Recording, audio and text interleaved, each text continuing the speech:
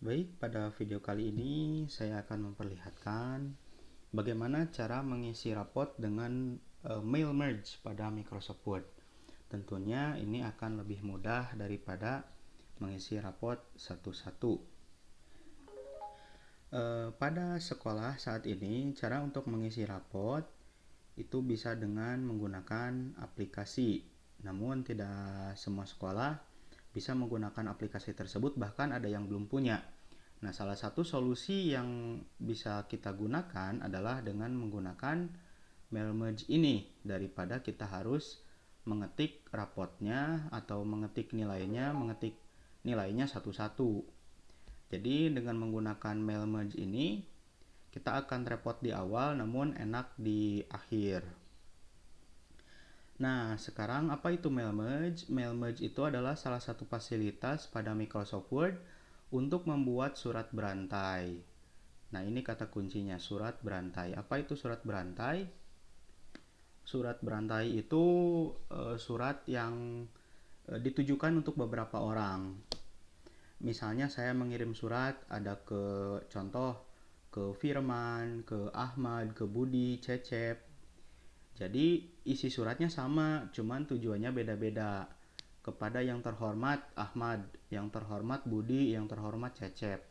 Daripada kita bikin 3 surat namun yang diedit namanya aja, lebih baik kita pakai fasilitas surat berantai. Mail merge ini tidak terbatas di surat berantai, tapi bisa diaplikasikan juga untuk dokumen-dokumen lain yang intinya kita menampilkan data yang berbeda namun menggunakan format dokumen yang sama. Kata kuncinya ini, data berbeda pada format dokumen yang sama. Itu kata kuncinya. Apa yang kita perlukan untuk mail merge ini? Pertama, kita memerlukan format dokumen, kemudian kita memerlukan data. Datanya ini bisa kita dapatkan dari Excel yang sudah ada misalnya, atau kita pakai MS Access. Ada atau bikin baru. Nah, ini terserah, biasanya saya pakai Excel aja. Oke, ini akan jadi video yang cukup panjang, jadi siapkan cemilannya ya. Baiklah, pertama kita perlu format dokumen. Nah, saya sudah punya format dokumennya, kira-kira seperti ini. Ini format dokumen untuk rapot UTS. Contohnya, kolom isiannya ada nama, nomor induk, kelas, semester, mata pelajaran, catatan, wali kelas, dan lain-lain. Pada rapot ini ada data yang nilainya sama untuk setiap rapot, ada yang nilainya berbeda. Contoh, apa yang nilainya sama? Nama sekolah, kelas, kemudian semester, nama wali kelas, itu pasti sama.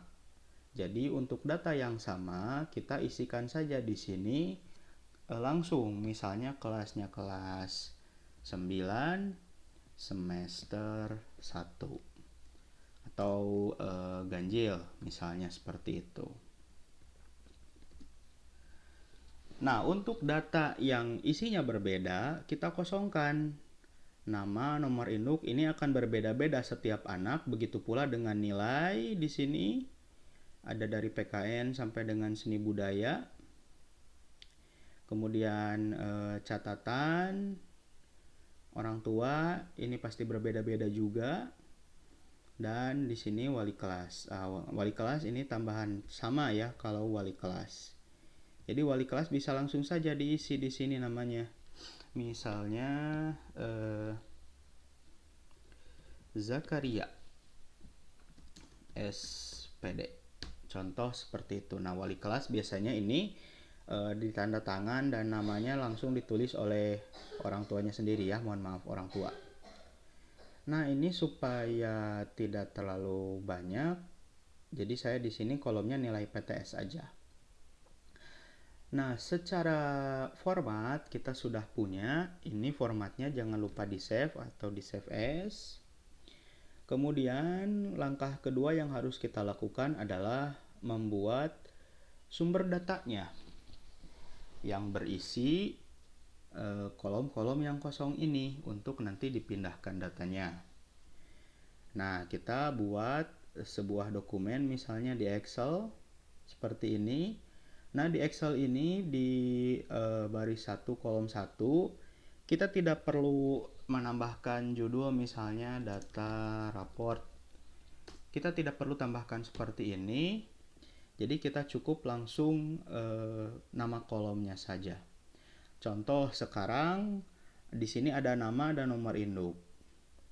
Berarti kita cukup di sini nama kemudian nomor induk. Nah, kalau untuk data, untuk sumber data biasanya saya tidak pakai spasi tapi pakai underscore untuk mencegah error. Kemudian selanjutnya kita langsung saja di sini nama mata pelajarannya, misalnya PKN, PAI, Indo, MTK, IPA, IPS, Inggris.